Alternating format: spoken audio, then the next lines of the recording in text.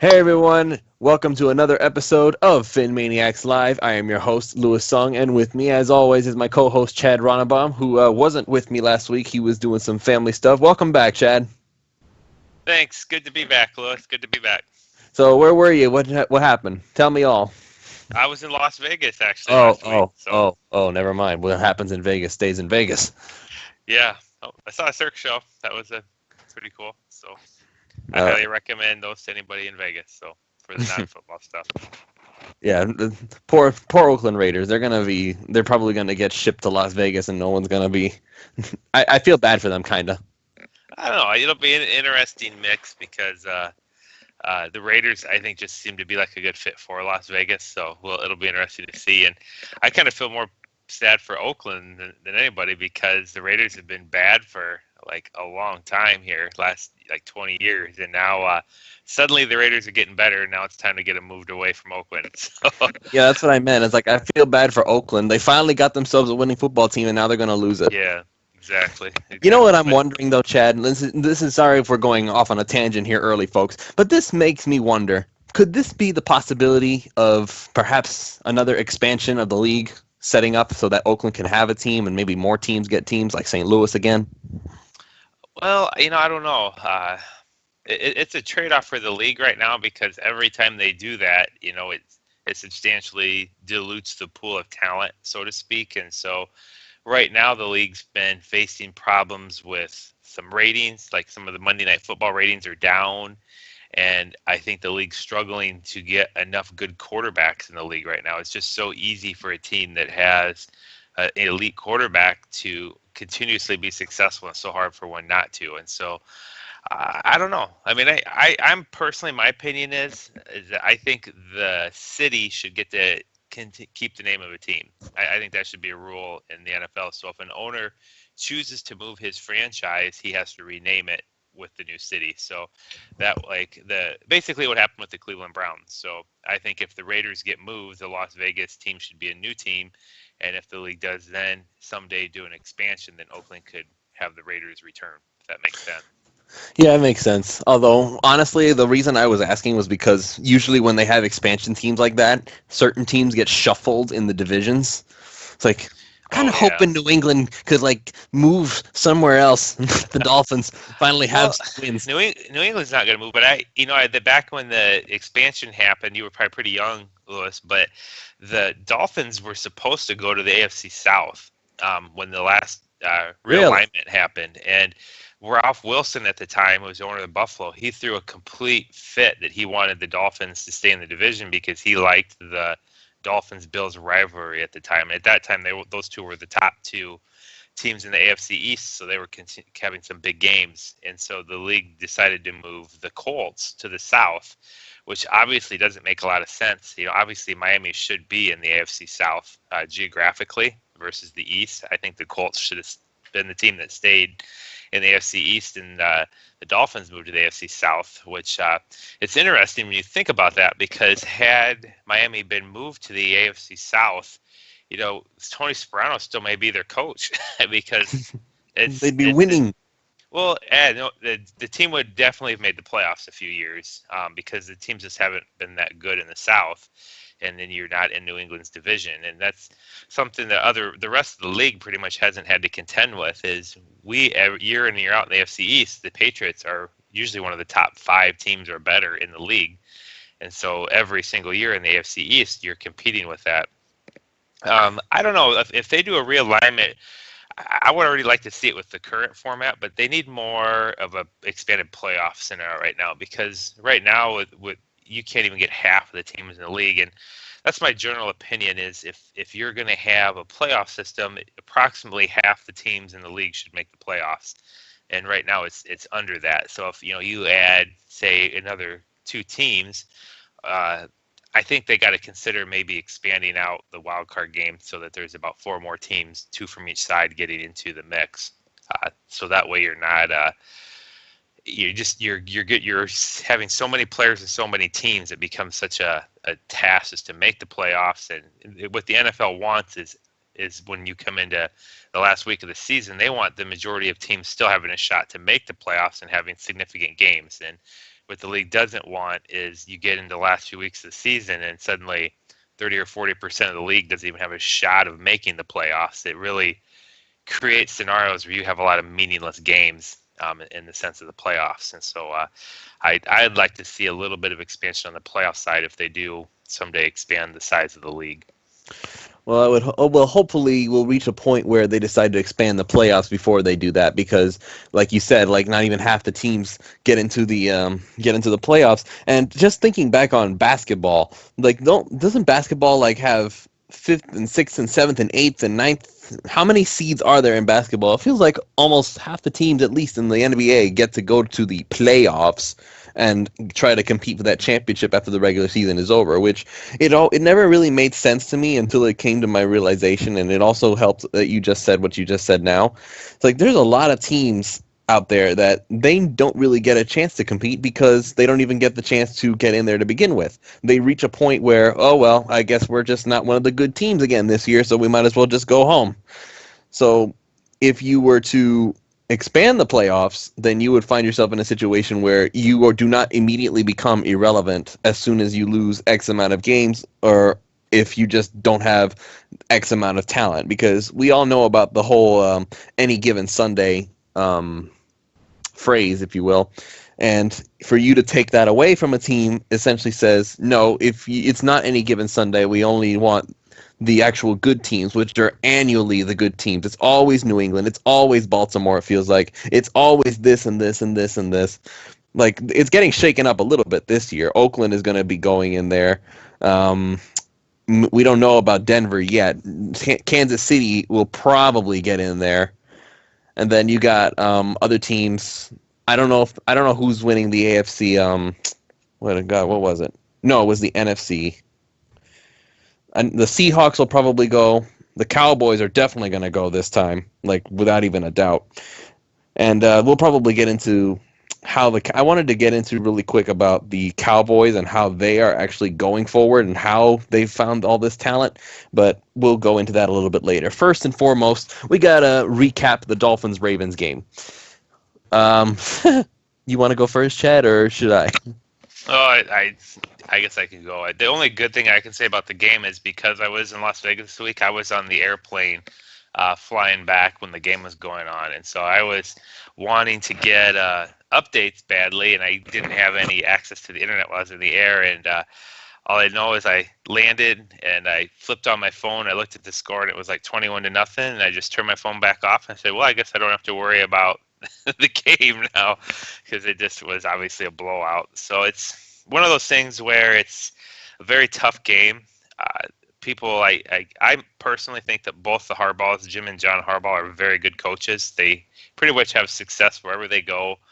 And I knew going into the game, the Ravens were going to be very well coached. They were going to be ready, and it was kind of a reality check of sorts for the Dolphins, because we'd been riding that 6-game winning streak, and suddenly you hit the wall, and the team comes and punches you in the mouth and bullies you right off the playground. And I think I know it's a difficult scenario. I've seen a lot of negative comments this week on Twitter about the game, and a lot of people are all, the sky is falling, the season is over. But just keep in mind, this could be a positive thing for the Dolphins, because they needed to know we've got a long ways to go yet. We really have a lot of work to do in both preparing for games and preparing their bodies and everything. And it was kind of we can beat teams like the Rams and the 49ers and the Chargers and games like this, but that's a whole lot different than going into a cooler weathered game in December against a playoff caliber team and seeing what kind of level it takes to get there. Because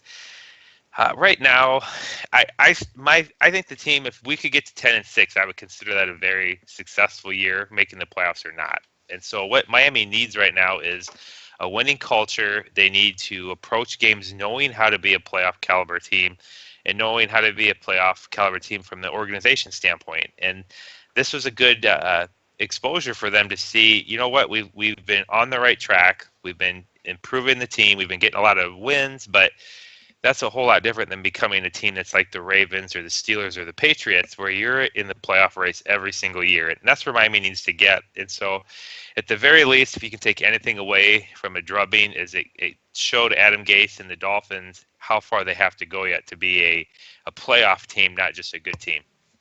Yeah, it's actually funny because Michael Irvin, the big play Irvin, that's not his actual name. What's his actual nickname, Chad? I feel like I'm a little too young to know this. Oh God, I can't remember either. I wasn't the playmaker or something like that. I can't Yes, remember. Michael Irvin, the playmaker. That's correct. Now it just clicked in my mind. He had actually said a couple weeks back that he wanted the Cowboys to lose, which I would like to note is actually much more egregious than anything that I said about the Jets. Just saying.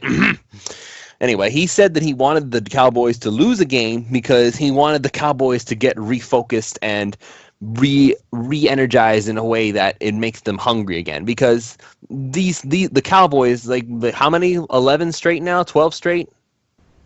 Like Yeah, however many wins they have, that's how right. many they've won in I a know they row. only have one loss, right? They've only Yeah, lost that one was at game. the beginning of the season against the Giants, who they're Yeah. facing next this upcoming week. So maybe that's when the streak ends. Well, Michael Irvin said that he wanted them to lose to get them refocused, to get them back on track, so that it's not so much of a routine, if you will. It's like you walk in, you win, and you go away. So if you lose that focus, then you wind up getting drubbed like you did against the Baltimore Ravens, 38-6. That's not just losing. That's an absolute beatdown in every sense of the word.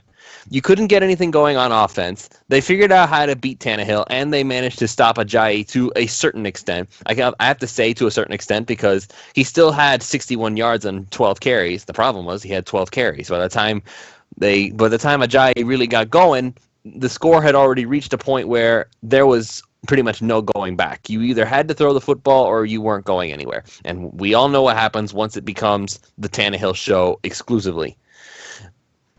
28 and 29 for 40, 226 yards, a touchdown, 3 interceptions, almost 4.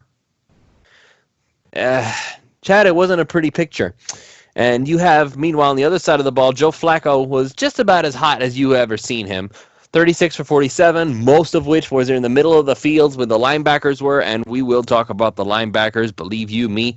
381 yards, 4 touchdowns, an interception, by the way, that was facilitated by the fact that none other than Mr. Mike Wallace himself decided he didn't want to go and catch the football, and Byron Maxwell just happened to be there to pick it up. So Wallace is still doing Wallace-like things. It's just that he's happening to get a little bit better because Flacco just likes to heave it as far as he can, and that helps with Mike Wallace. So you reach that point, and you go down 38-6. Now the question is, how are you going to respond? This is the loss that Michael Irvin said he wanted the Cowboys to have, except now it happened to the Dolphins. Are they going to get refocused? Is that what Adam Gase's legacy is going to be? They're going to get refocused and come back against the Cardinals? We would like to think that.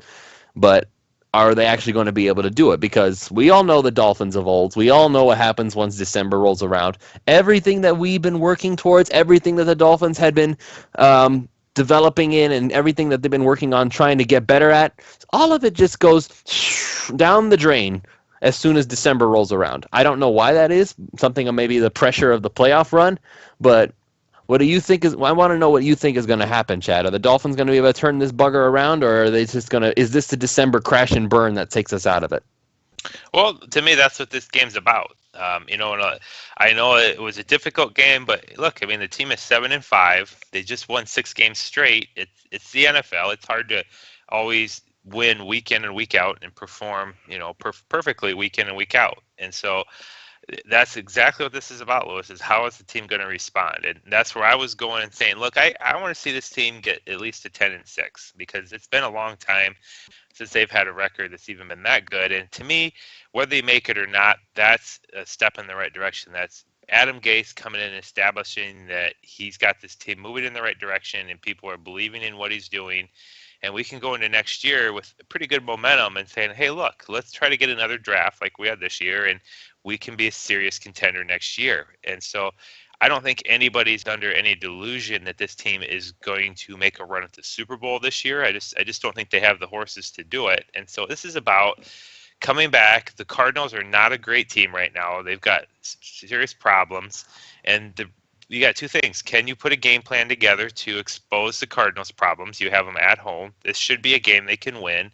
And 2, the Ravens exposed the Dolphins, and you want to be exposed now. You don't want to be exposed in a playoff game if they were to make it. And so Vance Joseph has a lot of work to do. The Ravens tore his defense apart in the middle of the field, and so he's going to have to, change his defense up because the NFL is a copycat league. So everybody's going to be watching this film on what the Ravens did to the Dolphins, and they're going to have that cleaned up next week. So I expect this team to come in and win against the Cardinals, and if they just come in and lay down, that's not a very good sign for Adam Gase, because we're looking for him to be the guy that has this team turned around. And coming in after a loss to the Ravens and coming home to a Cardinals team that, again, let's be honest, they're not that good this year.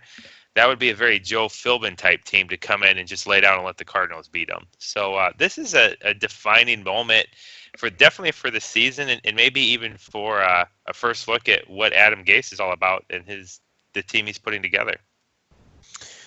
And that's something we're going to have to keep a very close eye on moving forward. Now, what came down to the loss on Sunday, Chad, was really a lack of execution all over the board. Real quick, would you agree with that? I think it's been a problem for the team this year in general is execution more than anything. And so when we were 1-4, I mean, to me, if you would have said we're going to be 7-5 at this point when we were 1-4, I would have thought you were crazy. So it's been execution. I think Adam Gase is doing what he can do to get this figured out, but this team just has had struggle with it. And even during our winning streak, we struggled a lot with execution. I mean, we've had a tremendous amount of penalties, false starts and foolish holding penalties and foolish personal foul penalties and that kind of stuff. And one thing you always remember when the Dolphins were good year in and year out, when they had that winning culture, when Shula was there, they were always really, really good about executing and not making the dumb mistakes. They were always the team that had the other team make the stupid mistakes that cost them the game. And so Adam Gase has to figure out how to get this team on an execution level at their highest peak, when Sunday comes around. And I think him being a first-year head coach, him not having a lot of head coaching experience in general, I think he's still kind of figuring out how do I get this team ready to execute at a higher level, because it just seems like when they fall apart, they fall apart. So they're going to have to figure out how to get it cleaned up. And so again, a lot of this is centered around Adam Gase to me right now, and his staff he's got a decent team. The Dolphins, I know they have injuries, but I mean, everybody has injuries. Nobody right now is running with all their best players. And so you got to figure out how to get the most out of what you have. And you absolutely got to figure out strategically for what defenses you're running to get things fixed that teams exploit. Because when you got coaches out there like John Harbaugh and Bill Belichick, you can be pretty sure if you don't have your defense cleaned up with how you got exposed, they're going to immediately try to do the same thing again and make sure you know how to stop it. Right. So execution is, and short answer is yes, execution is the problem. Well, that's actually pretty ironic considering the Dolphins players also admitted that execution was the problem. Now, maybe in the past they'd come up with some form of excuse, like saying, "Oh, the field wasn't very good." Because let's be honest, I don't know if you watched the game, if you ever got the chance to rewatch it, Chad, because these Dolphins were slipping all over the place. Jarvis Landry slipped like 3 times, including on a very crucial third down that probably would have gotten the Dolphins a score early in the game. So that's kind of sucky that they didn't manage to get that done, and a lot of it had to do with the fact that the cleats just wouldn't grip the ground. And mind you, the Dolphins players, they acknowledged the field wasn't great, but they also said in the same sentence each time, that's not an excuse for the fact that we played badly. So they did that. That's complete just garbage in my opinion, and that's again on the staff, and the players to an extent. But I mean, you've been to the games; you have hours before the game starts. Those players are out there getting ready before the game, and that's the responsibility of the trainers to understand the surface that they're playing on and what shoes need to be on the players' feet to get good traction. And so when you're out there slipping, to me, again, that's lack of execution and preparation. I would counter that with saying, why weren't they all over that an hour or two before that game started, making sure they had the correct cleats on? Because you know why, Chad? Because they had this little thing going on with my cleats, my cause, or whatever, and they were able to wear customized cleats with messages of so-and-so. Michael Thomas had like the police brutality cleats on. Landry had, I think it was cystic fibrosis or something like that before he gotten his cleats switched out because he kept slipping. So I guess for this game, it was the exception to the rule because they had this thing going on around the NFL. So, I mean, but that, come on. I mean, yeah, I understand they were having that, and I don't care if, if Ndamukong Suh wants to come out there and wear pink flowers on his shoes, I don't care, but they can switch the depth of those cleats in and out. They're adjustable. And so I still throw that on the trainers to an extent, and I'm hoping that after the game, Adam Gase got his trainers together and say, look, why were our players slipping so much? How come we weren't ready for that? What do we have to do? So the next time we're going into an away stadium in a colder weather and we're going to have more slippery turf, what do we need to do before the game to make sure we have our players traction ready? And so the Ravens didn't have as much trouble with it. And no. so why is that? Because weren't they also wearing a lot of different designer shoes? That was around the league, right? I'm pretty sure it was. My cleats, my cause doesn't sound like a just Dolphins thing. They would have had to get permission from the NFL for that to happen. But you're right. The Ravens didn't seem to have many problems with the field. And ironically enough, well, let me just say this. They've been playing at M&T Bank Stadium all year long, so they're pretty much used to the crappy grass, which I'm pretty sure it was. It was bad. Oh no, you're right, Lois. I saw some of the film, and they're where the end zone met the turf. It was a bad field condition, and I will say that the Ravens as a professional team should be embarrassed about the field conditions they had out there at this time of year. But at the same time, I still say that I think that is something you can do a better job of preparing for on the Dolphins training staff side. Yep, but guess who wasn't all that embarrassed with the fact that the field was garbage? That was Steve Smith of the Ravens, who actually Wednesday night, wearing a Yoda onesie, might I add. I think it was for a community event, so I can't blast him too much. But my God, why are you going out there in the press conference with a Yoda onesie on? Just is that supposed to be a fashion statement, or is that just the fact that you didn't have time to change before you got back from your community event? I'm all about the community events. You know this. You guys know this. I cover them all the time for the Dolphins. It's all good, but my God, what a fashion choice. But anyway, so Steve Smith was asked by the Baltimore Ravens media twice in a row, mind you, about the field conditions. The first time he said, well, beggars can't be choosers. We deal with what we got, and we find a way to get it even if it's not top notch, but we like our field and blah, blah, blah, all the nice PR stuff. And so somebody decided to ask Steve Smith, well, is it top condition? And because Steve Smith decided to put two and two together, and because he decided, well, they just asked me the same question twice. So the fact that he asked them twice, they must have said, oh, well, I guess the Dolphins must have said something. So Steve Smith said in response, and I quote, "You keep asking me, so it probably sounds like Miami was complaining about it. You want to know what the players think on the Ravens? Since Miami got their butts whooped," I had to paraphrase that, of course they're going to complain about it. But it looked pretty good for us. They shouldn't be barking when they just started putting grass on half of the fields when they had the dirt and the baseball fields until 2012. Beggars, again, can't be choosers. And so you know what, Chad? I mean, I know that nobody really cares what Steve Smith has to say at this point. The man is 37 years old, and he's never, ever been shy about saying what he feels. But the dude is so misinformed here. Okay, first of all, and I guess I have to blast the media in Baltimore for even asking the questions because they wanted something like that to come out of his mouth. Well, congratulations, you got it. So now we get to complain about it.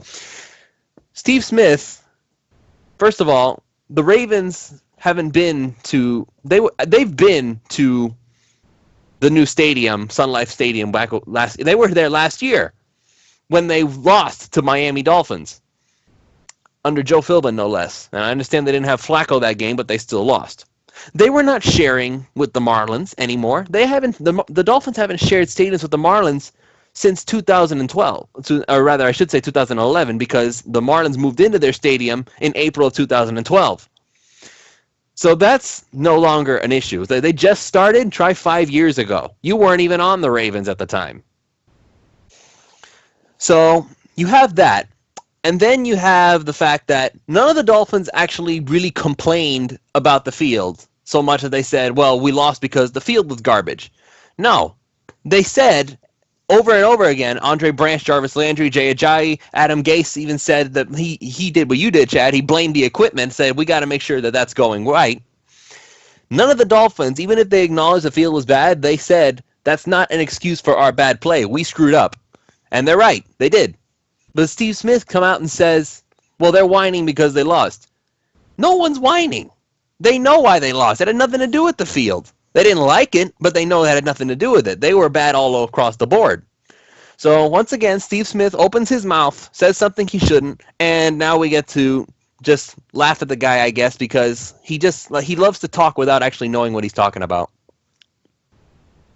Yeah, I mean, that's Steve Smith, though. He's always been a character, if you will. He's been in the league a long time, and he knows how to have fun with the media and talk some smack. I really don't care that much either way. Steve Smith's always been a flamboyant player that likes to stir the pot a little, and that's all it is. And to a degree, he's not recently, but back when the Dolphins were doing that, they had one of the worst fields in the league because teams had to come in and play in dirt, and so they had to.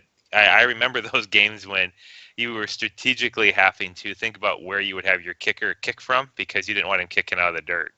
And so that was, pretty bad too. And obviously we don't do that anymore. But he's probably making the point, look, if anybody shouldn't be complaining about field conditions, it should be the Dolphins because for years they had teams going in there and playing on baseball fields. So that's probably what he meant to say. But right now, Miami's field conditions are, having been down there with you just last week, the conditions were really nice. The field's great. So, but it is what it is. I agree with you, Lewis. I absolutely don't think the Dolphins were trying to imply that the reason they got drubbed was because the field conditions were bad. So I don't believe that at all. And again, it's one of those things where, look, it's one thing to beat the 49ers at home. It's a whole different thing to go into Baltimore in December in a meaningful playoff implication games and win there. And so that it's just a different level of football and different atmosphere. And it's hostile. It's cold. The team's going to be ready to play at a really high level. And this is an eye-opener for Adam Gase to say, look, you can't have a team in December having execution problems. This isn't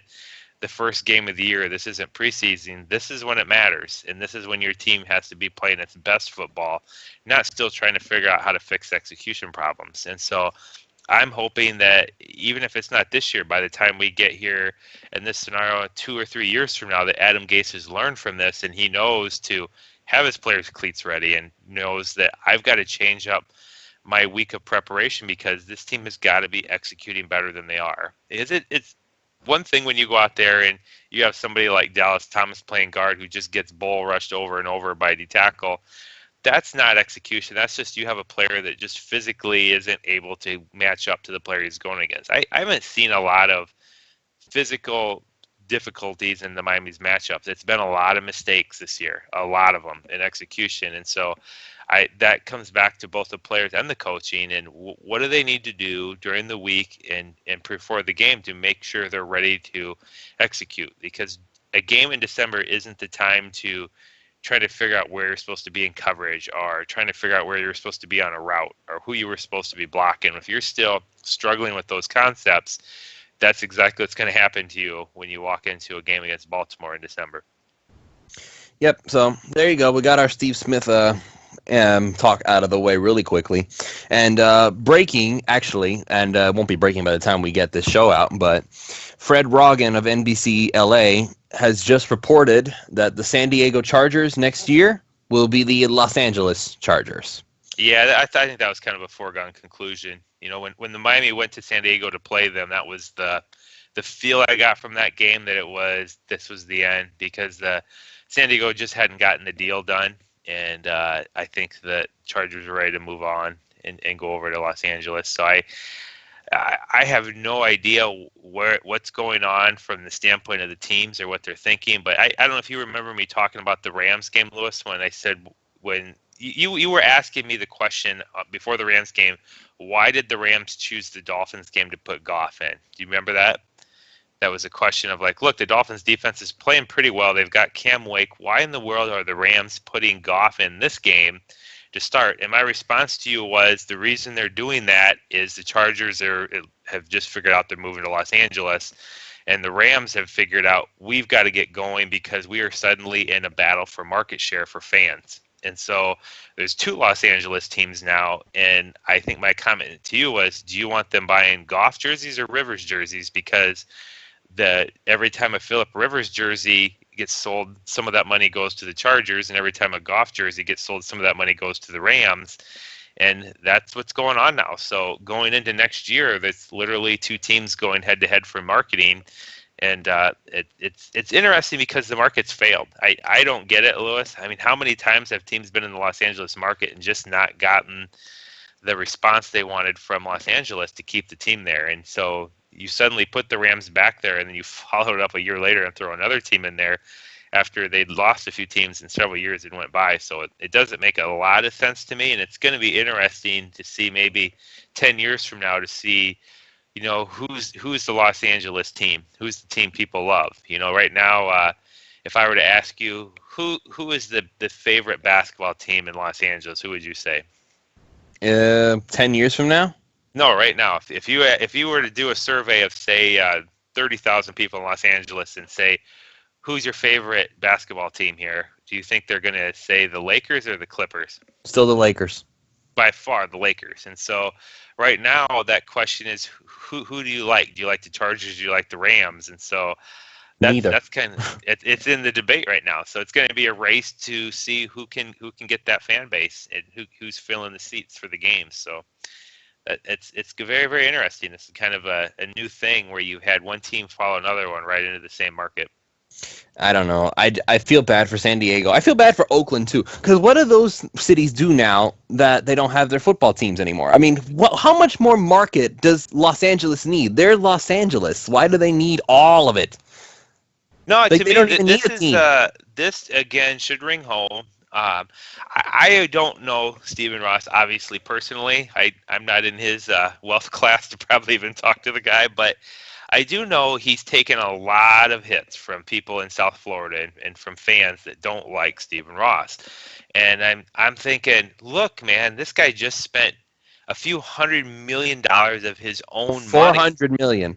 His own money to renovate that stadium. And I know he gets loans and tax breaks and stuff, but everywhere else, you go look up where the other stadiums were built, the taxpayers paid for all of it. The owners didn't even pay for those stadiums. And so just keep in mind, Ross paid $400 million, the majority of which was his own money, to keep the Dolphins in South Florida for the next few decades for sure. And you look at these other owners around the league, and they're like, hey, if you don't build me a stadium, I'm moving. And that's exactly what the Raiders are doing. That's exactly what the Chargers are doing. And that's just something where you should maybe appreciate a little bit. At least, you know, our owner took the steps to ensure that our team stays in South Florida and they don't end up being the Los Angeles Dolphins, which, you know, 2 or 3 years ago, that was something people were worried about was, you know, is Miami going to get moved because the stadium needed renovated? And Ross stepped up and did it. Yeah, it's crazy, you know. But you know what? People have backed off of Stephen Ross a little bit because he found Adam Gase, so he finally got something right. He does a lot of things right, but never mind that. Most of them are in the community, and nobody cares about that because never mind. I'm a little bitter because I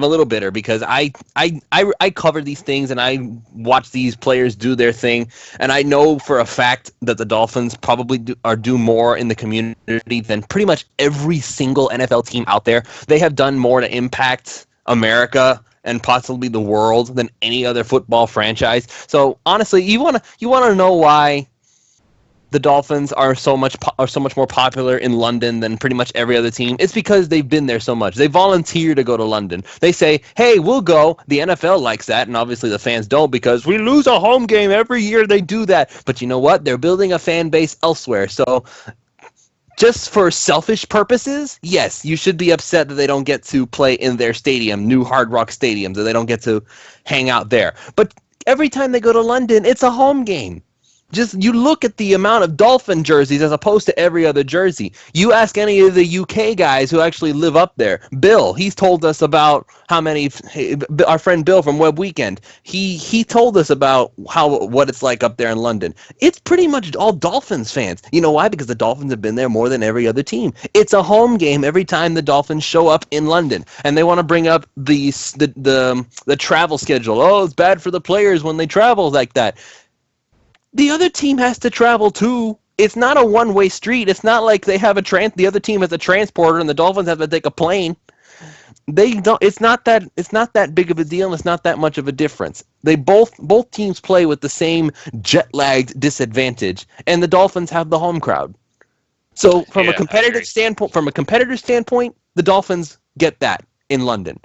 The only reason people are upset about losing the home game in Miami is because they don't get to play. They don't get to watch there, and maybe they have to get up a little earlier than normal. Even then, the NFL did away with that. So no matter what. Yeah, no, I agree. I mean, I understand the frustration, and I don't think Stephen Ross is trying out of greed or selfishness to take home games away from the team. That's just what the NFL asked him to do. He did what he had to do to get the Super Bowl back in Miami, and he did that. And folks are mad at him for not saying no, don't do it. No, I think people are more mad because they haven't been winning and they go all the way to the top. But Stephen Ross isn't playing. He isn't coaching.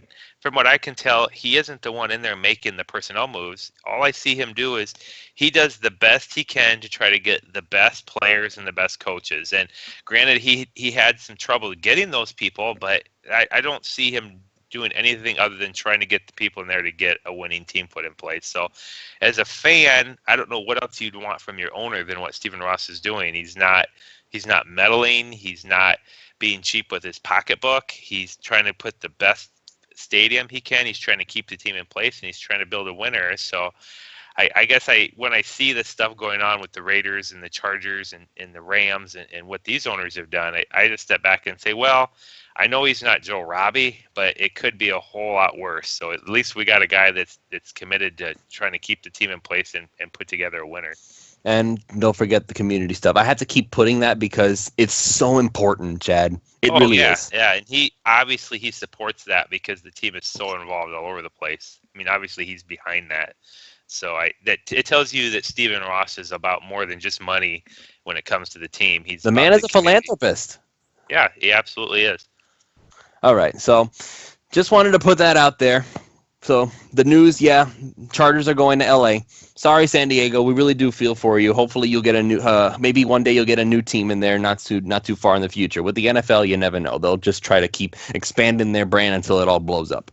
So anyway, that's it for the Chargers stuff. Now, you told me before the show started, Chad, that you wanted to discuss a little something about Mr. Mike Pouncey.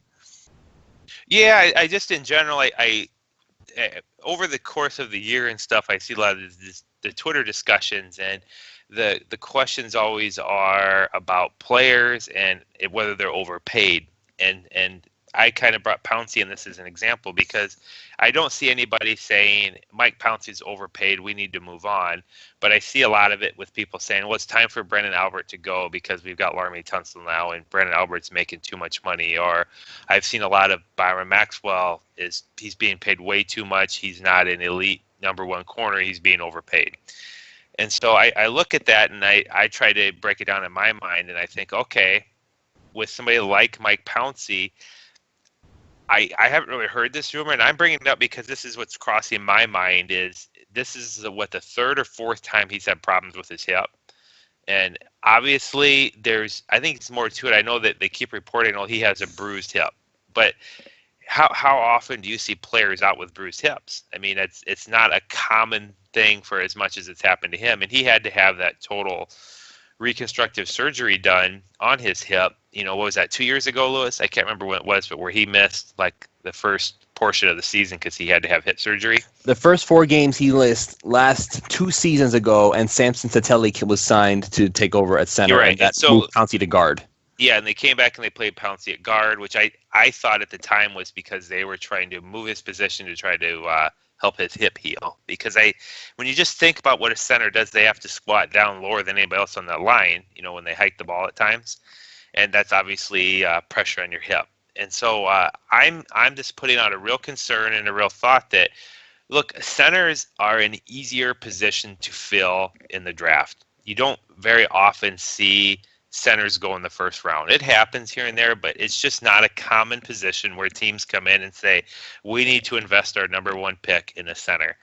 And I'm just throwing out there, you can get starting centers that can be very, very good in the NFL in the second, third, even fourth round of the draft. And next year, if we're looking at salary cap scenarios and people are talking about, well, we need to get rid of Byron Maxwell, or we need to get Brandon Albert, I'm looking at like maybe we need to think about getting rid of Mike Pouncey, not because of what he does when he's healthy, but the sheer fact is I'm wondering, is his hip in a good enough condition, and is his body physically going to be able to give you 17 games anymore? Because I don't care how good he is. If Mike Pouncey's only capable of playing 7 or 8 games a year, you can't afford to keep him around because he's just not available. And so I think it's a very fair question to ask, and it's a very difficult question. I think that Tannenbaum is going to be faced into the offseason because Mike Pouncey's been such a leader for the team, and a lot of people respect him. But the reality is here we are again, half the season practically, we're not having Mike Pouncey. And so I think that's something they got to look at. And I come back and say, all right, I agree. Byron Maxwell has not looked like Patrick Peterson or Darrelle Revis in his prime, where he's just a shut-down corner per se. But he clearly is one of the better corners on our team. And so people that say, well, he's overpaid, I think about that and say, well, you're not the one writing his checks. What if we don't have Byron Maxwell? Then what are we doing? And so it's kind of the same question of people are always ready to get rid of people, but they're not coming forward and saying, here's who you replace him with. And so I look at that and say, all right, so let's say we go and we draft another corner next year. So we have Xavier Howard, Tony Lippett, and maybe another rookie. So what if we overpay Byron Maxwell and he's our fourth corner? Well, if you get into week 3 and you're down 2 corners and suddenly you're starting Byron Maxwell, that's not so bad. And I say the same thing with Brandon Albert. Okay, so if Laremy Tunsil starts next year as our starting left tackle and Juwan James is our starting right tackle, so what if we way overpay Brandon Albert what the market says a left tackle should make? He's a pretty good left tackle still. And, every single year it seems like we have a tackle go down with an injury. I'm okay paying Brandon Albert's contract so we have 3 good tackles going into the year. And so where I'm kind of going with things is, you got to stop thinking about, are we running a business here and trying to have our be the most efficient team and we paid the players exactly to what we got on the field from them? Are you trying to put together your best possible 53-man roster from the top to the bottom? And if that's what your goal is, you want to have players like Byron Maxwell around because he's playing, he's on the field, and you got to think about letting guys like Mike Pouncey go because he simply isn't available to play. And we have other players like that, like Cole Macy. I just can't justify the team paying Cole Macy's contract because he simply physically isn't able to be on the field enough to help you win games. And so that's a topic I wanted to bring out there. I'm curious to see the feedback we get from the fans because I'm personally on the fence now whether it's time to let Mike Pouncey go and move on at the position, just because I think there's more to his hips than we're being let aware of from a fan standpoint. I think his hips a problem that isn't going to go away. You might be right about that, but here's why I keep Mike Pouncey around. You brought up the leadership aspect. Yes, that's true. I understand that. And I also understand the fact that he may not be physically ready. People have started to say that Pouncey is the new Jake Long. His body's just going to break down every year and he's not going to be good anymore. See, here's the problem though. Jake Long over time obviously regressed. Like, it was painful how quickly he went down. Mike Pouncey, for all his injury problems, as soon as he's on the field, he's back to being Mike Pouncey. And I don't know how much longer that's going to last, but right now, he's one of the best centers in football. And I don't know how you can possibly deny that. Now, here's the other issue.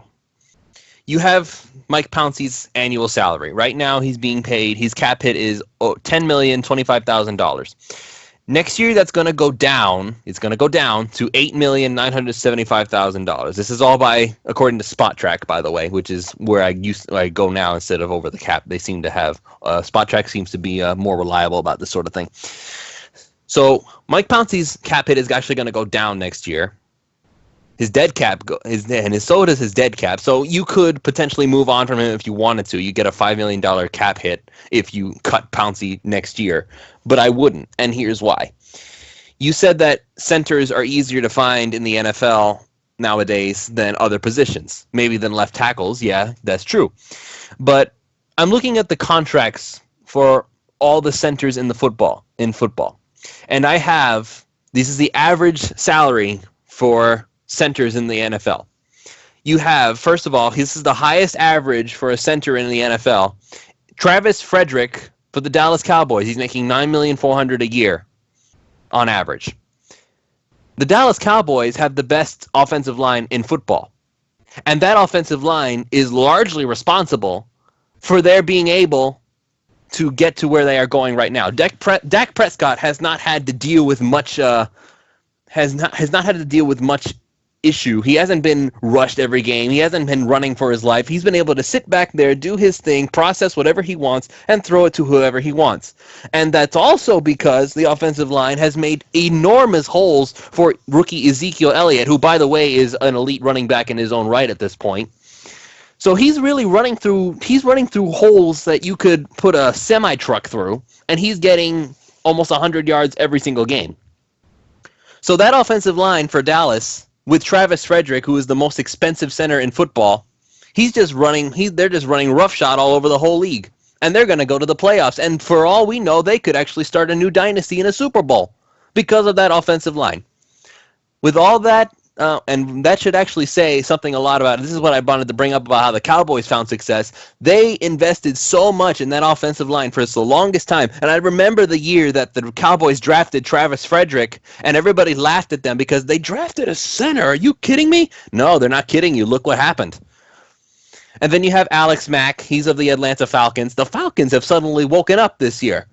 Matt Ryan's second year in that offensive scheme. The offensive line is doing a pretty good job keeping Matt Ryan going. The offense is running really well, and they also are on their way to a playoff run. Alex Mack, he makes $9 million a year. Now you have Pouncey, who makes about $8.9 million a year. So that's third place. Pouncey is also one of the best. And when Pouncey's in there, as opposed to Anthony Steen, and I have to bring up Steen because you said it's easier to find one, and I understand that Steen is an undrafted free agent and there are better options in the draft maybe next year.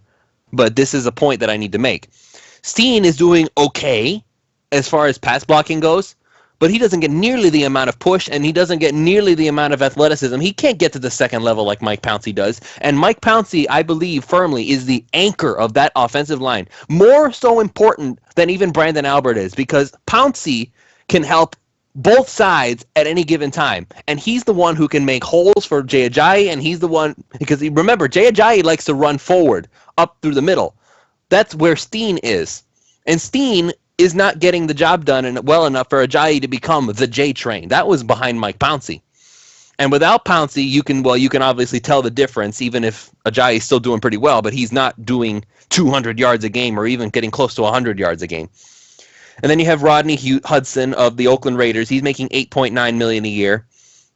Guess who else has a really, really good offensive line, anchored by their center, Oakland Raiders? They also are about to make the playoffs, and I don't think there's any question about whether they're going to make it or not. Then you finally have, this is the fifth guy, and this is the top five I just naming here. Marquise Pouncey, his big brother, I think it's his big brother by like a few minutes. I don't know. They're twins. Marquise is making $27,325 million a year. So you have Marquise Pouncey, who also is going through injury problems nowadays. But I don't see Pittsburgh people saying that we need to move on from Marquise, because they know how valuable Marquise is to that offensive line. And without him, they run into issues. It only seems like Dolphins fans get really upset with their players if they're key players, not just a player who we picked up off the street. No, this is a key player who has been who's been a face of the franchise for a very long time. And everybody's so willing to jump on people's backs and say, well, it's time to get this guy out of here. He can't play enough. I understand the injury aspect. I do, and I am concerned about it. But you can't get rid of Mike Pouncey unless you absolutely know for sure you are getting a stud player like the Cowboys did with Travis Frederick, who can take over the middle of that offensive line. Because let's face it, without Mike Pouncey, this line suddenly looks a lot worse. You have Brandon Albert. He's all banged up. And by the way, he's not even in the top 5 of being paid of left tackles in this league right now. You got Trent Williams, Teron Armstead, Tyron Smith, also of the Cowboys, Cordy Glenn, Eric Fisher. Eric Fisher, I'll take Albert over him. Albert's, I don't even think, let me see, 1, 2, 3, 4, 5, 6, 7, 8, 9, 10. Brandon Albert isn't even in the top 10 paid left tackles in the NFL. And if we can cut him, sure, and we can put Tunsil there and we'll save some money, but then once again, we have another hole on the offensive line that we can't afford, Chad.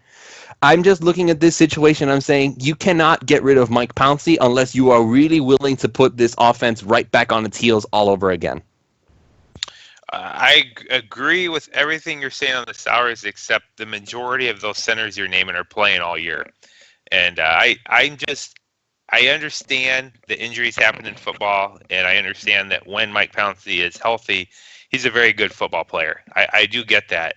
What I'm specifically questioning is Mike Pouncey nearing the end of his career with his hip, and it's not being really put out there, and there's a lot of smoke and mirrors going on. I've heard Mike Pouncey say, "Oh, I'm not that bad," and then I've heard him reporting last week that I don't know if I'm going to play again this year. And so I look at that and I'm saying, you don't know if you're going to play again this year. We're in the middle of a playoff berth possibility. We're playing some really big games, and he's not sure if he's even going to play the rest of the year.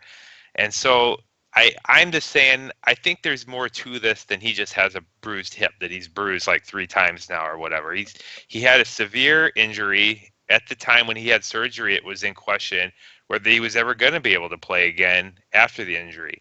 And so he had the surgery, and he's just missed a lot of time with with issues with the hip. It's just a reoccurring issue, and that hip is just something that he plays the position where, again, you've got to squat down and get a lot of push from a squat in position. And I'm questioning whether he's physically going to be able to do it. And so if you ask me next year, if you looked at a crystal ball and said, yeah, Mike Pouncey's going to be healthy next year and he'll play all year, absolutely, I think his salary is great and I want him back. But I'm questioning, as a team and as an organization, and even for Mike Pouncey himself, what is the outlook for his life if he continues to hurt this hip over and over? I'm questioning whether Mike Pouncey's reaching the end of his career, and people just don't want to face that reality yet. And I know age-wise you don't think he is, but I'm just questioning that, and I think there needs to be, once the season's over, I know you got to do some smoke and mirrors for the competition because it gives you a little bit of an advantage if a team thinks that Mike Pouncey might play, so they got to prepare for it during the week. But once the season passes, that might be a reality that everybody has to face, that Mike Pouncey physically is reaching the end of his career.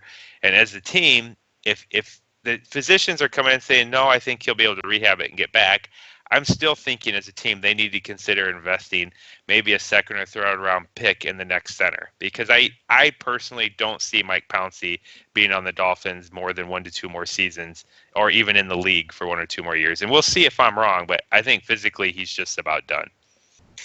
You know who else people said that about before he decided he was pretty much going to play the whole year? Brandon Albert. Now people aren't saying, well, Brandon Albert. I honestly, Lewis, to be realistic, I think Brandon Albert is no longer capable of starting at left tackle for a full year. I think when he's healthy, he's a good left tackle. But I think he's played pretty much the whole year, Chad, except for a couple of games, and he snapped his wrist back into place, and he's out there again. I'm definitely not questioning whether he's tough. He is a very tough guy. I love the guy. He's a good leader. And I want Brandon Albert back next year. And I would even be okay with having Mike Pouncey back next year and saying, I don't care what they're being paid if we can make the cap work. I'm just saying I think Laremy Tunsil should probably be the starting left tackle next year, and you bring Brandon Albert back to be your third tackle. And so if Juwan James gets hurt, or if Laremy Tunsil gets hurt, or if one of your starting guards, whatever happens in the offseason, gets hurt, and you want to slide Tunsil over to guard and bring Albert in, I'm fine. I like Brent Albert. I want him, but I definitely wouldn't, as a management or as a strategy, I wouldn't go into next year assuming you're going to get 17 games out of Brandon Albert. I mean, he's what is he, 33? He's had some severe injuries.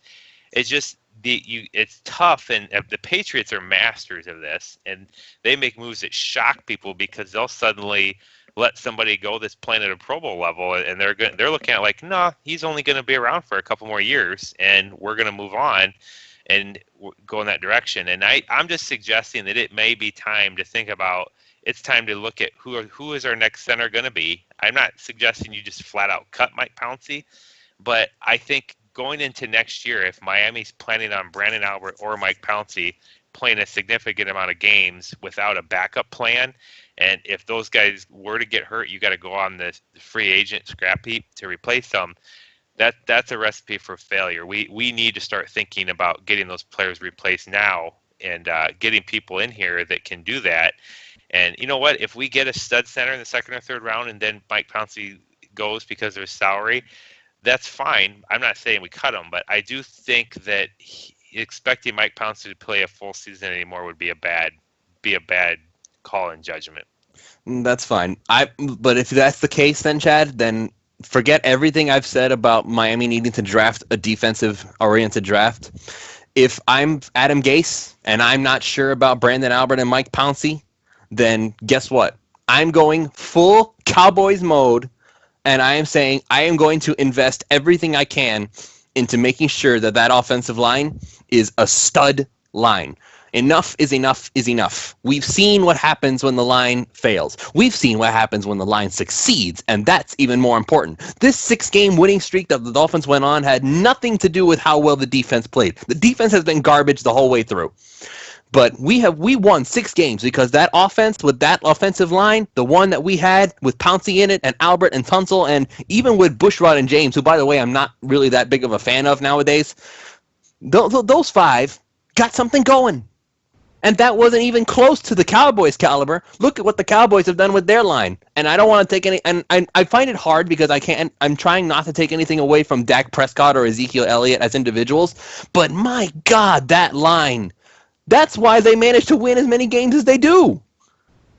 I agree 100%. And obviously it depends how the draft falls. But Tunsil is such a good example this year right now of Miami. When they got Laremy Tunsil, it obviously was a gift that he fell, but they didn't on paper desperately need a left tackle. They had Brandon Albert and they had Juwan James, and so you looked at the draft and say, well, Miami doesn't on paper appear to need another left tackle, but they grabbed him, and boy, he's played a lot, even if it hasn't been left tackle, and he clearly is a very good lineman, especially in the talent standpoint. He's just doing nothing but getting better.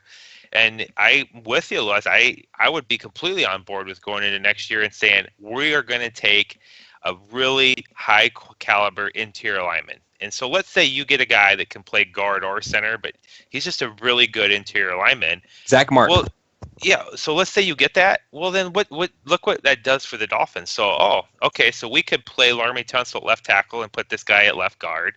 Or if Mike Pouncey gets hurt, we can shift this guy over to center. Then we can shift Laremy Tunsil over to left guard. We can put Brandon Albert in at left tackle. My point being is you got to stop looking at it and try to say, all right, who's my 5 starters? They got to start building their line from about 6 to 7 players. And I that's where I was going with the whole salary thing. That you can't get caught up on this guy's overpaid. You got to keep them on your rosters, and you also got to make tough calls on when it's time to move on guys. And Mike Pouncey is going to be a tough one because he's such a sentimental favorite of the fans, and he's also really well respected amongst the players. But again, I'm just saying you got to face the reality that Mike Pouncey should probably be being paid as a guy that isn't going to be able to be a starting center for 17 games, but is a very good player for the games that he's available. And so wherever that falls, I'm fine with paying him what he is and just drafting a really good interior guy and letting the chips fall where they fall. If Mike Pouncey ends up playing 17 games and you play your number 1 draft pick at guard, great. If Mike Pouncey hurts his hip in the preseason, and at least you've got that stud center that'll replace him right away. And so I'm just at the very least think it's time to look at getting who's the center of the future in there. I don't think Mike Pouncey is the center of the future for this team anymore. I think he's nearing the end of his career, and I hope I'm wrong. That's the feeling I'm getting off his hip. That's fine. And let's see, we have some time left. You also wanted to talk briefly about Byron Maxwell. Apparently you had some people come to you and say, what about Maxwell? I think it's time to go. Well, I kind of touched on this already, but what I was going at is this concept of this guy's overpaid. And I'm starting to look at, like, I think people and even teams in the NFL and general managers, you get so caught up on who are my top 30 players, who am I starting, 11 or 12 guys you circling it out on your offense, and who is that on defense. And so you look at a guy and say, okay, is Byron Maxwell overpaid? I understand there's a salary cap, you got to get under it, but is Byron Maxwell our third best corner right now? So if you have Tony Lippett, Byron Maxwell, and Xavier Howard, where does Byron Maxwell? He may be the best of the three. He may be the number 3 of the 3. But the reality is you need all of those guys, because injuries happen, and sometimes you got to play defenses. And so this season is a perfect example. Well, yeah, and where I was going with that was, all right, so what if Brandon Albert is our third tackle and Byron Maxwell is our third corner, and they're overpaid? And so what we do is then we go draft another corner, and we use Laremy Tunsil and Juwan James as our starting tackles going into this year. Well, if we can make that work from a salary cap standpoint, isn't that what we need to be able to field a successful team week in and win out? Because it seems so often that we get the guy in there that we like, but then he's hurt, and then it's just we can't win because he's out. You know what I mean? And so I was just getting tired of, like, we're putting these, like, turnstile guys in at tackle because inevitably Juwan James gets hurt, or Laremy Tunsil gets hurt, or Brandon Albert gets hurt. And I'm just making the point, you need 3 or 4 really good corners. You need 3 good tackles to make it through a season now in the NFL realistically. And, maybe you got to stop thinking about, well, let's just start getting rid of guys because they're quote unquote overpaid. I'm more worried about what can we do to get the best 53 guys on the team. What a luxury if Brandon Albert is our left tackle and Byron Maxwell is our third corner, because they're clearly NFL players that can play at a good level. Byron Maxwell is not the top 3 corner in the league that's going to be starting in the Pro Bowl, but he's pretty good. You know what I mean? He's a lot better than what you're going to get off the street, in the middle of the season if you have a couple injuries. And so I was just going down the idea that, maybe it's time to stop swapping these free agents out and say, oh, Byron Maxwell's overpaid. Let's get rid of him and let's take that money and invest it in a different corner. Who are you going to go get out there in the free agent market that's better anyway? Just keep drafting your guys like Tony Lippett and Xavier Howard and keep developing and pay those guys, that are in your system, that are on your team, that are available. Byron Maxwell has been available all year. My vote is I'll overpay the guy, and I'll overpay him to be my third corner, because we're not going to win next year if we cut Byron Maxwell and then we lose Xavier Howard in week 2, and we're suddenly starting, some free agent guy that was drafted by the Eagles in the sixth or 7th round in 2013 or something, who's been on their special teams. We seem to suddenly be starting these guys, and we need to focus on depth as much as we do on salary cap. That's where I'm going with that. And I would say that you're right. But here's the thing that people are worried about, the whole Mike Tannenbaum angle. He likes to spend money and blah, blah, blah, blah. But I'm going to throw some numbers out once again, because numbers seem to be my favorite thing for this show. Byron Maxwell is 9th overall in the NFL in average salary. The guys above him, Josh Norman, $15 million a year. And by the way, Josh Norman has been so-so this season, so there's that. Darrelle Revis, who I'm sure will not be on with the Jets next year if he's anywhere at all, because Darrelle Revis has severely fallen off. Maybe he'll have to move to safety if he wants to keep playing. Patrick Peterson, he's had struggles in the past, but he's one of the best corners in football. Richard Sherman's actually 4th in the NFL in salary, and that's $14 million. $14 million, and he's the 4th highest paid corner in football. Tremaine Johnson is a 1-year deal with the Rams. He's not done it. He's doing pretty good. Joe Hayden with the Browns. He may not. I don't know if he's going to stick around because Cleveland likes to save money. Janoris Jenkins of the Giants. Darius Slay of the Tigers, of the Lions. And then here's Maxwell, $10.5 million a year. That's his average.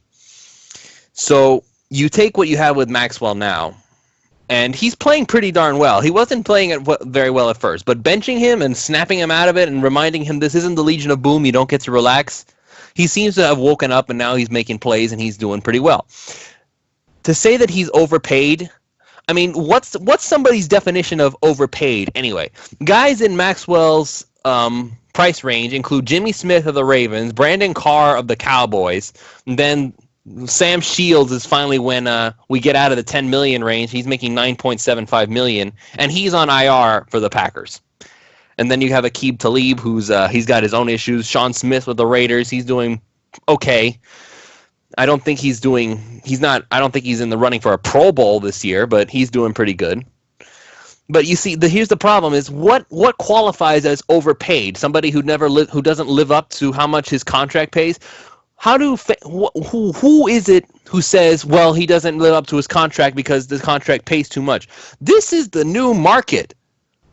This is what people are paying for so-and-so position. And people told me, well, guess what? You need to draft an edge guy instead of a linebacker in the draft this year because linebackers are a lot cheaper to find than edge guys. Like, okay, yeah, you have a point, but have you seen where the weakness is for the Dolphins defense? If you go out and you don't draft a linebacker, we're going to have the same issue we've had for the past 5 years all over again.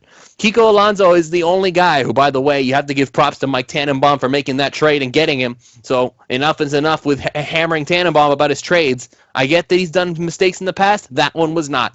So there you go. So then you got Byron Maxwell, you got Kiko Alonso, both of which are doing pretty well, and then you got Tunsil from that trade, so there's that. But people are saying Maxwell's overpaid. Based on what? Your personal... That's my point. They're comparing him to the league, and they're saying, oh, he's being paid too much. Here's my point I'm going with this, and even not just from us understanding standpoint, but I think a general manager's line of thinking is you got to start thinking about maybe it's about acquiring talent versus worrying about value. And so, okay, I can probably go find a corner that's not as good as Byron Maxwell that makes much less money than him. So if I go in there and say, hey, look, I've got this new guy that I'm playing at corner now. He's not as good as Byron Maxwell, but I'm paying him a third of Byron Maxwell. So he gets roasted for another touchdown a game. The amount of points our defense gives up just went up 7 per game, but we got a better value. Who cares? That's my point, Lewis. I don't care about value. I want 53 of the most talented players you can put out there. And right now, Byron Maxwell is pretty good relative to what we have on the rest of the team. And the rest of the league is making it compared to the rest of the league. And so that's my point is when I see these comments that Ryan Tannehill's overpaid, Ndamukong Suh's overpaid, I'm just thinking Ndamukong Suh's a stud D tackle. You can't just go sign another one. Yeah, you can go sign somebody that is a better value. You can, in your eyes, he's a better value, but he's less talented. He's not as good a football player. And that's where I was going with that is I don't want to continue this cycle of, all right, let's cut Byron Maxwell. Let's put a bunch of guaranteed money into the next shiny corner that comes off a team who, by the way, you don't get the best corners don't come onto the market. That would be Trumaine Johnson again, since he's on a 1-year deal with the Rams. If right, he doesn't you can't get Trumaine Johnson at Byron Maxwell's current contract, and you're going to have to give Trumaine Johnson a pile of guaranteed money. And so I look at that like I would rather just pay Byron Maxwell a lot next year, not have a big guarantee. So if I need to get rid of him the next year because he's not performing, so be it. But I'm not going to have a big dead cap hit. Well, I'm going to stay and roll with him and just keep drafting your guys and try to get the best talent you can get. Don't cut Brandon Alberts because you're trying to save cap space to get Trumaine Johnson. Don't cut Byron Maxwell because you're trying to free up a bunch of cap space to get the next shiny free agent. I would rather start to see a change in philosophy and say, hey, look, let's lock up Jarvis Landry. Let's maybe extend Rashad Jones. Let's just keep Byron Maxwell and Brandon Albert on our team and make our salary cap work. And don't go sign a bunch of new high-priced shiny pieces and go forward that way. Just start to develop the depth and the talent of your team and not worry about trying to get the next guy who you think is going to be a little better than Byron Maxwell when he's probably not going to be. It's in my mind, it's just we're doing way too much of the grass is greener on the other side mentality right now as a team, and you got to just start thinking we need to get the best 53, not trying to get our top 20 just a little bit better, because you're starting to see as injuries happen, it's more valuable to have a third corner that can come in and play at a high level versus maybe a guy you feel is a little bit better to start at the starting position in free agency. If that makes sense, to me, it's a little bit of a different change in philosophy.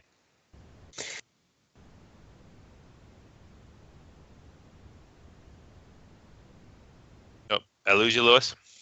Oh, sorry. No, I try to mute when I'm not actually on because there's sometimes feedback. But anyway, what I wanted to say is that as long as you brought up briefly quarterbacks, and since we haven't had our Ryan Tannehill talk for the day, let's go ahead and use this opportunity to bring up salary. People are saying Ryan Tannehill is overpaid. Let's see. Let me just pull up here the average salary for quarterbacks in the NFL right now. And as you do that, Lewis, there's one key other term with that I've been trying to people to understand. And that's guaranteed money that you have to pay that player regardless if he's on your team or not. Guaranteed money. Okay, you want me to do guaranteed money instead? I want you to say, okay, so here's where Ryan Tannehill's paid relative to the league. What percentage of that money that Ryan Tannehill's got on contract for the next few years is guaranteed compared to other quarterbacks? Oh, okay. Well, see, there's going to be a lot of rookies on this thing here, so bear with me. So I'm just going to pick the veteran guys. Like, I don't want to count the rookie contracts. Well, even if you pick somebody that's comparable. So right now, Ryan Tannehill's comparable would be Russell Wilson, Andrew Luck. These are the players that were drafted around the same time he was. Or if you want to look at maybe his peers from a rating standpoint, how about Andy Dalton or Alex Smith? Wherever you group Ryan Tannehill in, look at what they're being paid and look at how much money they're getting guaranteed relative to Ryan Tannehill's contract. And what you're probably going to see, you're looking up, Lewis, you're probably going to see that Ryan Tannehill is not like this ridiculously overpaid, over-guaranteed quarterback. Well, he has a few numbers that are a little higher than we would hope. Oh, go ahead. What do you see for his contract? Okay, so guaranteed percentage, Ryan Tannehill, his guaranteed contract money is 58.44% of it is guaranteed. What he makes guaranteed at signing, it's $45 million. That's what he makes guaranteed money. Okay. So then you mentioned his peers. Okay, so his peers would probably be Andy Dalton. Andy Dalton currently makes on average. I need to find it because it disappeared on me. Okay, on average, Andy Dalton's making $16 million a year, and his guaranteed at signing is $17 million. So Andy Dalton's guaranteed money is actually only 17.71%. Okay, so Tannehill's paid more than Andy Dalton right now. Way right? more guaranteed money than Andy Dalton. Money. Okay, now what would he compare to, say, Andrew Luck? He just signed a deal. Andrew Luck. Granted, I know the average person say Luck is a better quarterback than Tannehill, but let's compare him contract-wise to him. Andrew Luck's guaranteed money is 70.75%. At signing, he got $44 million guaranteed. 70.75% of his money is guaranteed dollars. Russell Wilson is right below him, 70.25%. So they're clearly got better contracts than Ryan Tannehill, right? Those two do. Well, they got more expensive ones, but they're better than him. Oh, no, I agree. I'm just trying to fall in where the concept that Ryan Tannehill is overpaid. So you've looked up three, and Tannehill's guaranteed more money than Andy Dalton right now. This is the thing that I wanted to look at, Chad, because this is what it really matters. If you want to cut this guy, this is what people are going to be looking at very closely, how much he makes on average, how much he makes per year. Like, how much are we paying this guy per year to be our quarterback? You know what I mean? Yeah, I agree, 100%. Okay, so Andrew Luck is on the top, $24.5 million, bordering on 24.6. Carson Palmer is next, $24.350 million. Drew Brees right underneath him, $24,250,000. Joe Flacco, Aaron Rodgers, Russell Wilson, Ben Roethlisberger, Eli Manning, Phillip Rivers, Cam Newton, Matt Ryan, Brady. Of course, Brady always takes all the discounts because he's probably getting money under the table. I don't know that for sure. That's a theory. And then here's the one that just drives me up the wall. Kirk Cousins And I understand he's on the franchise tag, but that guy's going to get so much money he doesn't deserve, Chad. And I know people are going to tell me, well, Kirk Cousins is winning games and he's making amazing numbers. I watched the Kirk Cousins game. I watched a Kirk Cousins game. It seemed to me that the most of his stats came from him just heaving it up over the top and praying that somebody comes down with it. And most of the time it does. So consider Kirk Cousins a very lucky quarterback. And honestly, I hope he goes somewhere else because then he'll be exposed for the guy that he's not. Because do you remember, Chad, when Nick Foles was the next elite quarterback and everybody was saying he was better than Ryan Tannehill? Where is Nick Foles now? Well, here's the thing. Kirk Cousins is a great example, Lewis, because if Ryan Tannehill was not under contract going into next year, let's just say we had Tannehill tagged this year, and next year he was going to become an unrestricted free agent, could go anywhere he wants to the highest bidder. Ryan Tannehill would get paid a ton of money. Now, whether people realize that or not, a team like the Jets or a team that really needs a quarterback, what is Ryan Tannehill, 27? He's in his mid-20s. He's clearly a guy you could say he could be a quarterback for the next decade for a team. He's continually shown improvement. I'm just pointing out his contract would be enormous if he were on the open market. The teams would pay him an enormous amount of money, just like they're going to pay Kirk Cousins an enormous amount of money. I know there's other options on the market. You can go with Jay Cutler or Tony Romo, but these are guys into their 30s. Jay Cutler's had one and Jay problem Cutler's after awful. Don't forget that. Yeah, and he's not good. You can argue Tony Romo's been good when he's healthy, but he's had some severe injury history. So if you're going to go put a monster deal, let's say you're going to invest in a Dominican Sue type deal in a quarterback, which you're going to have to do if you want to get one of these guys, would you pay that money to Kirk Cousins or who else? Or if Ryan Tannehill were available, teams would line up to do it because you don't have any other choice. Your other choice is Ryan Fitzpatrick or Jay Cutler or Tony Romo. It's hard to put that kind of money to those guys because you just don't feel like that's going to be our quarterback. That's going to be our guy. And so I think the concept that Ryan Tannehill is way overpaid is no way. I don't think he's overpaid whatsoever. Unless you feel like he's so bad, he's just a backup level quarterback. If he's Ryan Fitzpatrick.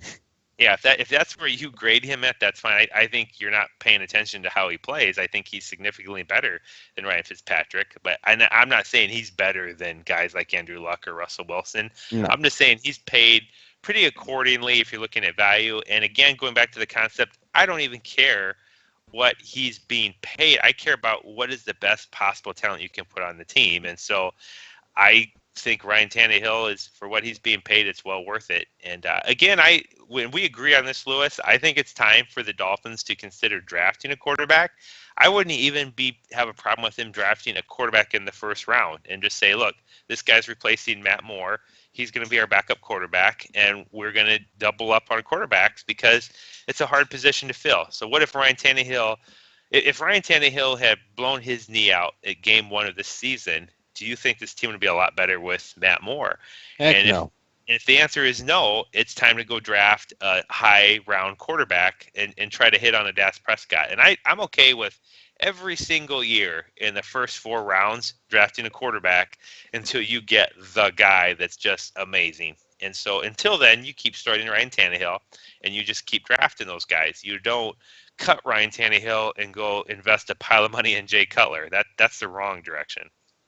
You would think, Chad, that people would learn their lesson from the Nick Foles of the NFL and the Brock Osweilers of the NFL. You think the Texans feel stupid for signing Osweiler to all that money now? I would hope they do.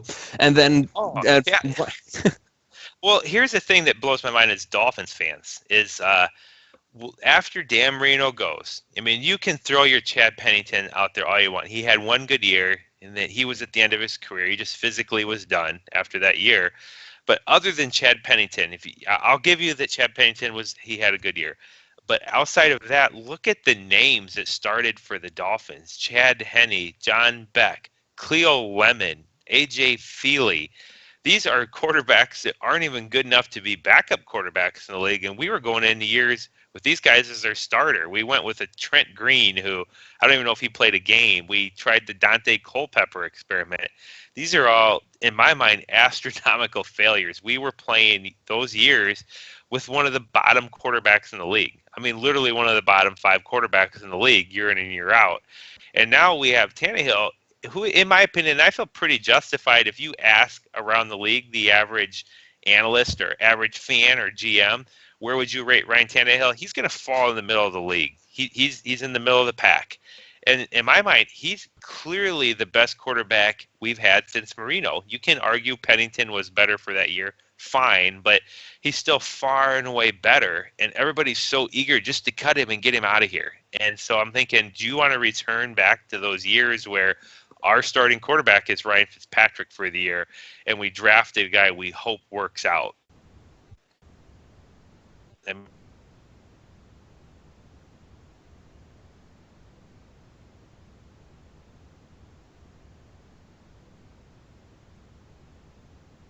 they should, Christian Hackenberg,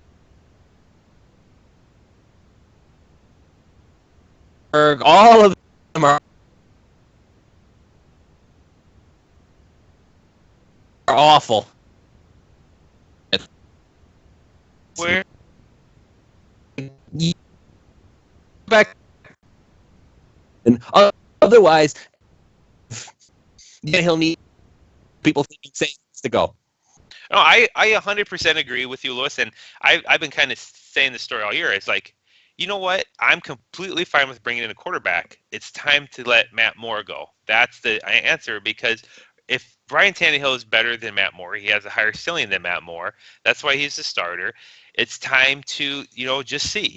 The biggest move we made when we got Marino was we just had made the Super Bowl with Dave Woodley in there at quarterback, who Don Shula realized was not the future at the quarterback position. He is just, most teams would have said, well, he's a rookie and we made the Super Bowl and he didn't play that bad. No, Shula said, well, you know what? If I see that quarterback, I'll grab him. And so I'm hoping that for the Dolphins, if it's a first or second round and they have a quarterback in there that grades out real high, just get them. I'm tired of positions being handed. I'm tired of who's making the most money or where they were drafted dictating who's going to play. I want 53 good football players, and I don't have any problem with bringing in a young quarterback that has the potential to be a complete stud and having him compete with Ryan Tannehill and let the best man win. And if he beats Tannehill out, great. Ryan Tannehill then is a great backup quarterback. I don't care what he's paid. I want the best 2 quarterbacks who can get me on my team. I don't want the best 2 quarterbacks you view as a good value anymore. I'm tired of value. I want players. That's what I want. So do you think are you one of those people who think that the Cowboys should keep Tony Romo coming? If I were the Cowboys, if Tony Romo was willing to do it and he would be my backup, I would say pay Tony Romo. At his salary. Hell yeah, and because Dak Prescott's not getting paid peanuts. He's cheap. So, when Dak Prescott has to get his second contract, Tony Romo's going to be gone anyway. But what if Dak Prescott gets hurt next week? What if he, injures his shoulder severely or he blows his knee out?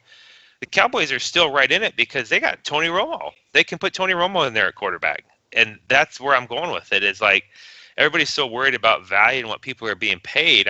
I'm looking at it like, hey, I need 53 really good football players. I don't need 30 good football players and then the rest of the people. Yeah, and a bunch of cheapies because that's good value. I mean, no, I need guys that can play during a full 17-game season, and you know how it works, Lois. People get hurt, and so that it's all about depth, and a lot of people forget that. And I want to keep these guys around, even if they're overpaid relative to what people think they are for what they're doing for production.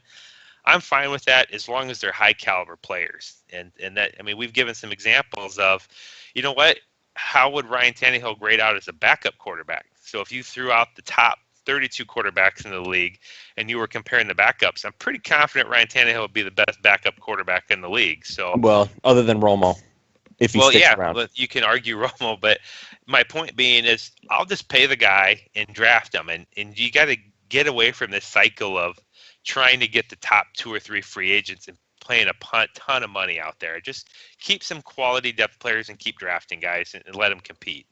That's what it's about. And I don't think it's time to get rid of Ryan Tannehill. I don't think it's time to get rid of Byron Maxwell, and I don't think it's time to get rid of Brandon Albert. I would rather just pay those guys the money and draft a bunch of young guys and let them compete. And the beauty of Adam Gase is he does not care. And, he's the first coach we've had in a long time that doesn't care what a guy gets paid. He doesn't care where he gets drafted.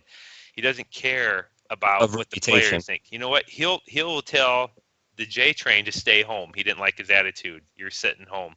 He'll bench Byron Maxwell and say, "Look, you're not the number 2 corner in the team right now. I don't care what you're being paid. That's not Mario Williams. Yeah, Mario Williams is been relegated to being a reserve, but you know what? He's still a pretty good reserve. He's just not the starting guy. And so he'll probably be gone next year because of his position. I won't but miss at him. least Andre Branch was better. Yeah, but at least we have a coach, I hope forgive my language, but that has the balls to put the best players on the field and doesn't care about what they're paid or where they were drafted or what their perceived value is going to be for the GM. He's trying to put his best players out there. And so I want him to make those same calls from the GM standpoint. It's about getting a good team put together for Gase. And so I always feel like you cut all these guys, and then do you actually replace them with better players, or you just replace them with comparable players that are being paid more money? And I'm with you there, Chad. I'm at this point. I'm just like, get some good players. I don't care what the value is. But if you get rid of Byron Maxwell, you open up a huge hole in corner all over again. That's what we were worried about before we cut Brent Grimes. Like, what are we gonna do without Brent Grimes? Even though I'm glad Miko's gone, it's like, I wish they'd have kept Brent Grimes, but I understand him because there was other aspects. With Miko was hurting the team. That's just and we don't want to get into that much. But if she's not in that equation, Brent Grimes would have been a pretty good extra corner to have. What if you throw Brent Grimes in the slot? With Maxwell. Grimey in the slot, that would be amazing because that guy knows where the ball's going. Yeah, and so that's my point. Is you gotta keep these guys around that are under. Now I understand when you get a guy like Olivier Vernon getting the deal he got from the Giants. You can't afford to keep him. I understand that. But when you already got a guy under contract, you've already paid out a big chunk of his guaranteed money anyway. Keep him for the depth. That's what I'm getting at. Don't just keep cutting these guys and trying to get the next shiny toy that's out there in the free agent market. Just keep drafting your guys and keep your depth. And I will gladly overpay Byron Maxwell and Brandon Albert to be my third corner if you're capable of getting another player that can beat them out in training camp. I guess the hardest thing, Chad, is just finding the money to get all these guys. Because if you don't do the purge and make a salary cap space, then you find yourself in a situation where free agents are going to be hard to come by. As long as they're capable.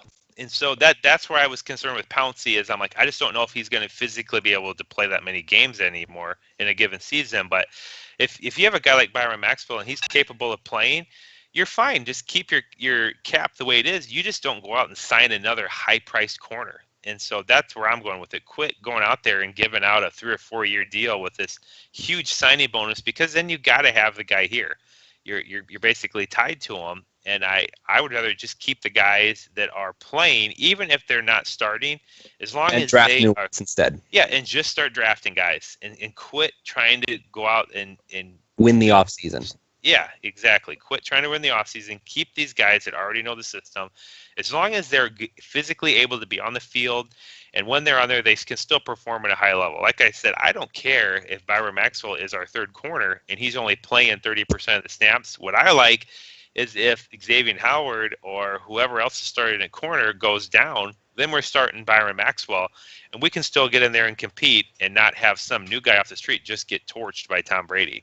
And so I'm just looking at it from, again, the 53-man roster, not the 30-man roster. Yeah. Well, Chad, we went on longer than I thought we would, to be perfectly honest, but I think it was a really good show, and I'm glad that we talked about all this stuff because this is important. So, but before we go, and I'm actually a little disappointed we didn't get to talk more about the Cardinals game, but let's just get real quick your overview of the Cardinals game and what you think the results are going to be. This is the hardest game of the year to judge because Miami just got punched in the face and got brought back down to reality. And so this is all about, hey, is this team going to respond and come back and win? Because this is a game they absolutely should win. The Cardinals have issues. And so I feel like Gase and the team, I have confidence in them. I like that it's in Miami and we're back home again to get our feet under us. And I think we're going to win the game. And I think some of the key aspects, I think Carson Palmer's starting to struggle a little bit. I think he's starting to reach the twilight of his career. And so as long as we contain David Johnson, which I feel like we'll do whether Kiko Alonso plays or not, I think we'll be capable of shutting down the running game. Make Carson Palmer throw the football a lot. I like that matchup. I want to see Cameron Wake rushing Carson Palmer, who isn't that mobile anymore. And I think we get J-Train back on track. We've got to be able to run the football. We know that if teams know Ryan Tannehill has to throw, we don't have the personnel to do it. Tannehill doesn't have the pocket presence to just make things happen on his own. He needs that balance. And so I'm really hoping that even if we don't have success right out of the gate running the ball, that they just keep pounding Ajayi. I want to see him get 20 to 25 carries at least in this game, even if he doesn't have a great yards per carry, and keep our offensive balances. That's when Ryan Tannehill is at his best, when he can actually use bootlegs and play action. So in terms of the game, I'm predicting Miami's going to win it. I just don't think the Cardinals coming all the way over from the West Coast, and they're already kind of in a down season. I think Adam Gase and this team knows they're still in it. They're going to respond. They're going to come out amped up and ready to play, and I'm going to say we're going to win it 24-14. All right, then. Well, I'm not going to give my prediction because my prediction makes people upset. So I'm hedging my bets here. So anyway, that's going to be it for this episode. Thank you all so much for listening. It'll be up soon, and it'll be up available on YouTube, iTunes, Stitcher, and, of course, our SoundCloud. And all you have to do is look up PhinManiacs Live, and you'll find us. That's going to be it for this show. Thank you all so much for joining us, and we'll see you all next week with, hopefully, another Dolphins win.